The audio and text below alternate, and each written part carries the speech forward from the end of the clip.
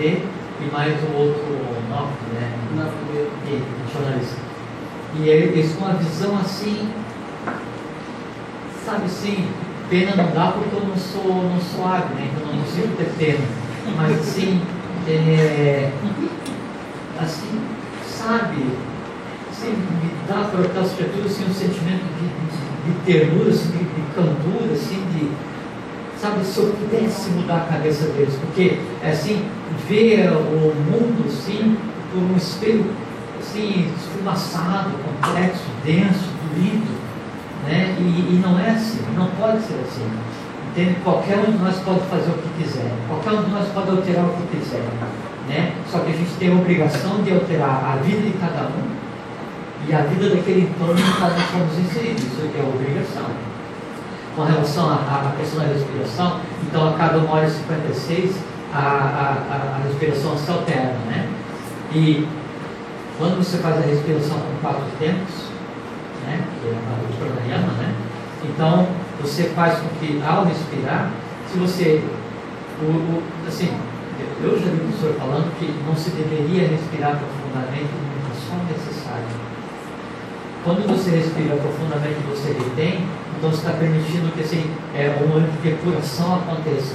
E você ensina o teu organismo, né, a se auto-reconstruir baseado no fluxo adequado do prana, porque se eu tenho norte-sul, eu tenho norte-sul positivo e norte-sul negativo, que é a divisão do coração, que é a divisão do cérebro, que é a divisão do sol, que é a divisão do universo, que a gente está no quinto, no quarto sistema, então por esses 4. Por isso que a respiração é feita em 4 tempos. No fazer, né, no inspirar, reter, respirar, reter em 4, só fazendo com que o organismo ele chegue em extremos, né, de contato com o prana de uma maneira onde você não está respirando automaticamente, você está fazendo só aquilo. E o porquê que ele orienta que você então sempre faça preservando o teu lado esquerdo? É porque daí é no lado esquerdo, né, que deveria estar a ligação com as nidanas, as quais nos compete fazer com que elas se estabilizem. Agora, se eu fizer o pranayama, né, adequadamente, isso resolve tudo? Não. Na minha opinião, isso vai fazer com que sejam vitalizadas todas as potencialidades que em mim existem para serem exteriorizadas. Né? Então, quanto mais certo eu fizer uma yoga, quanto mais certo eu fizer uma ritualística, quanto mais certo eu entoar um mantra, maior a capacidade que eu tenho de criar confusão em qualquer local. Em qualquer local. Capacidade de potencializar o quê? De criar confusão. Né? Porque eu vou exteriorizar aquilo que em mim existe de oculto, que é aquele ponto onde o amor universal não alcança, que é aquela clausura onde eu escondi aquilo que eu não quero que ninguém veja. O prana circula em todo o meu organismo, né? E aí na minha alma, em quase tudo, porque tem alguns lugares ali que tem coisas que eu juro que eu não sou. Né? Agora, se a gente for levantar as pedras na aula de cada um, está cheio de cobra e lagarto. O processo de iniciação, qualquer que seja, qualquer escola, ele vai funcionar como um furacão.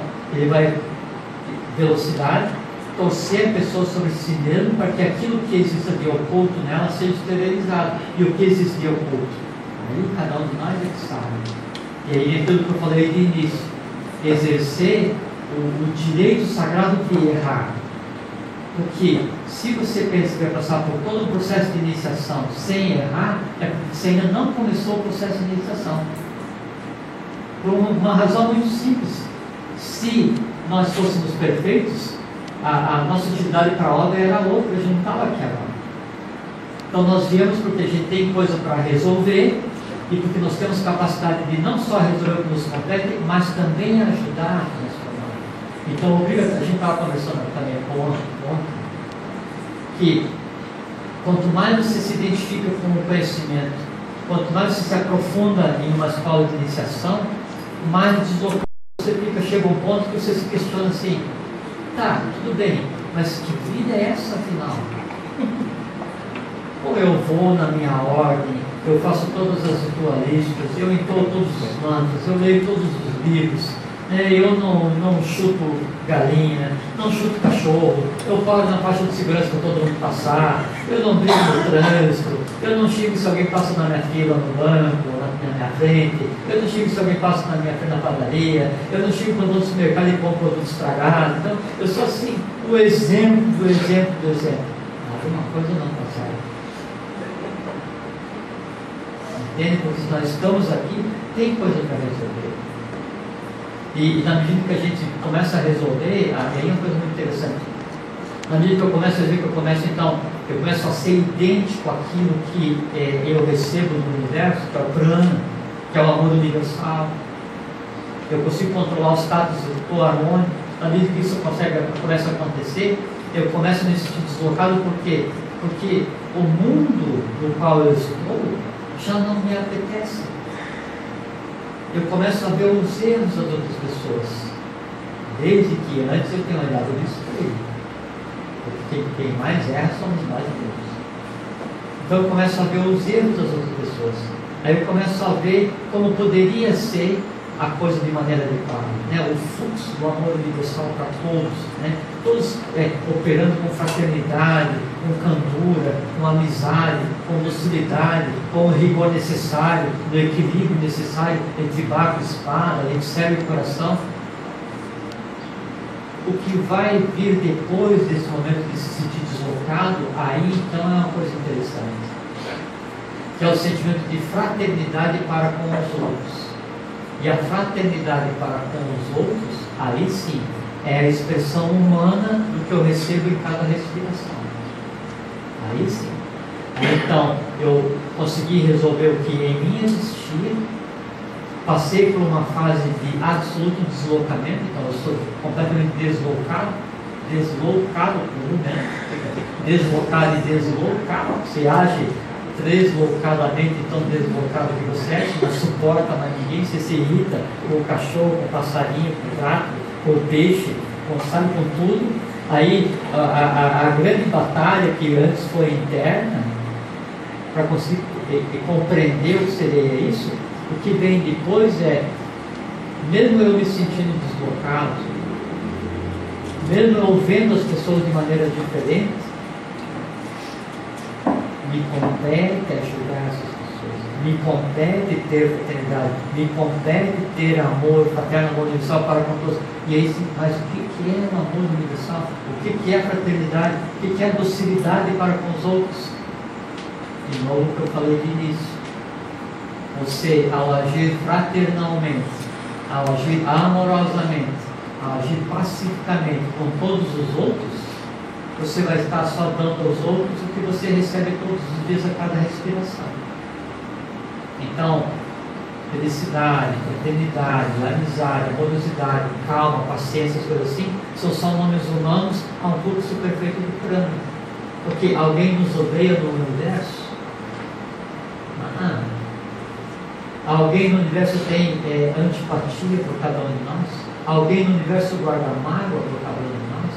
A lei ou a obra, o Supremo Arquiteto, por acaso ele tem algum rancor contra alguma coisa que eu tenha feito? Não. Eu mesmo fiz. Eu gerei coisas enquanto eu me desloco pelo universo. Eu deixei marcado truques com a minha marca, com o meu nome em cada lugar que eu passei, e sempre as criaturas estão ligadas ao Criador. E essas criaturas ligadas ao Criador, quando vier uma próxima existência, eu vou buscar o equilíbrio, em qual ponto do universo seja. Isso é karma. Aí fazer a marca, eu marquei lá, né? Claro, porque o que você fez só compete a você buscar o equilíbrio, não existe como. Não existe não. Se por mais amoroso que seja o mestre ou a ordem a qual você esteja seguindo, ela vai te dar condições para que você resolva as próprias coisas. Eu não tenho como eu fazer, assim como você não consegue resolver as minhas enganas, sabe? E quando a gente vai se deslocando pelo universo e deixando marcado matéria dentro desse desloque, a gente vai marcando o nosso sistema solar com nossos pensamentos, ações, emoções, instintos, atos. Nós devolvemos para o Sol uma porção de besteira, sabe? Então, quem vai ter que buscar o equilíbrio? Nós. Não tem outra forma. E a gente nasce, né? E aí fala assim: alguém lá em cima me odeia. Eu não merecia isso. Estão de brincadeira comigo. Estão de marcação comigo. por que eu nasci desse jeito? Aí que nem assim, eu nasci de cabelo escorrido, mas eu queria ter cabelo enrolado. Eu nasci moreno, mas eu queria ser loiro. Eu nasci com o nariz torto, mas eu queria ter o nariz reto. Eu nasci com o olho preto, mas eu queria enxergar verde. Eu vou e faço implante em olho verde e vejo que o verde enxerga preto do mesmo jeito. Então, a gente passa boa parte da vida reclamando das nossas próprias opções. Por quê? Por desconhecimento. E como é que é? Como é que funciona? Funciona o quê? A mecânica do quê? Do organismo que mantém minha vida. Que vida? Essa aqui prana dá. O que é prana? Amor universal. Entende? Então, o conhecer a mecânica, da respiração, o fluxo da vitalidade, essas coisas assim, eu penso que seria o básico, para daí então, depois de se alçar voos maiores. Agora eu quero compreender toda a antropogênese. Beleza? Parabéns. Eu quero conhecer toda a cosmogênese.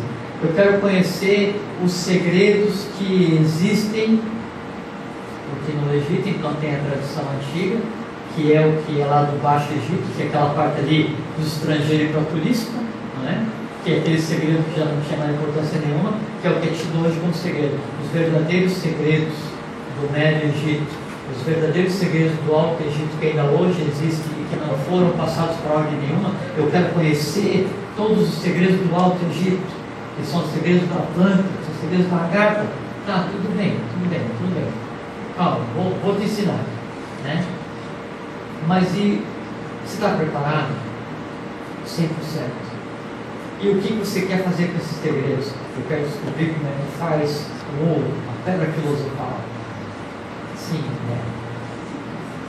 Há 5 minutos? Que discussão de evolução? Sei que eu estava fazendo sinal que estava tudo 100%. Então, assim, quero descobrir para que serve a pedra filosofal. Aí vem aquela pergunta: para quê? Então tem aquela questão de, acho que era o Buda, o discípulo, né? Aí o discípulo chamou o Buda na beira do rio, e falou assim: mestre, depois de 10 anos meditando profundamente sobre os segredos do universo, sabendo toda a mecânica universal, antropologia, cosmogênese, todas as coisas ocultas dos status, planetas, etc., consegui quebrar a lei da gravidade. E a lei da gravidade tem a ver, inclusive, com planos e tátulos, assim como dentro dos planetas, uma opção de coisas, né? A gravidade tem a ver com a força centrífuga e centrípeta, uma na Terra, uma no Sol, por isso que a Terra não cai em direção ao Sol e o Sol empurra a Terra, então tem opção de coisa, mas não é o caso hoje. Então, o discípulo chegou para Buda e consegui. Aí, como ele nota, aí o cara chegou e andou em cima d'água, né? E aí voltou, não, agora o menino ganhou um beijo do Buda, né? Aí eu falei assim para ele: quantos anos você demorou para conseguir esses 10 anos? Então você poderia ter construído uma canoa em 2 semanas, e os outros 9 anos, 11 meses e 2 semanas, nem fui. Os outros 9 meses, 2 semanas e não sei o que, você poderia ter usado para evoluir. Então a questão é cuidado com o que nós desejamos. Cuidado com o que nós desejamos, porque nós vamos ganhar nessa ou em outra existência. Nós somos hoje exatamente o que nós desejamos antes, e vamos ser na frente exatamente o que nós desejamos agora. Então, cuidado com o que a gente deseja para não desperdiçar uma existência. Tá? E aí, então, voltando à razão da nossa conversa de hoje, se instruam sobre essa questão de prana e tattvas, independente do que a gente já tenha visto nas escolas de instrução às quais vocês pertencem ou às quais vocês virão a pertencer, mas de uma maneira voltada para a prática. Efetivamente, o que é o prana? O que é o tattva? O que ele age em mim? Como é que eu tenho esse influxo de vida de uma maneira correta? Aí sim, tendo lido todo o manual, eu recebo um certificado de garantia otorgado por mim mesmo. E aí eu estou pronto para sair para a vida. Porque daí eu tenho consciência. E que consciência? Não só a consciência que eu tenho do que eu estudei, mas é que se eu compreendo, né, a questão do prana,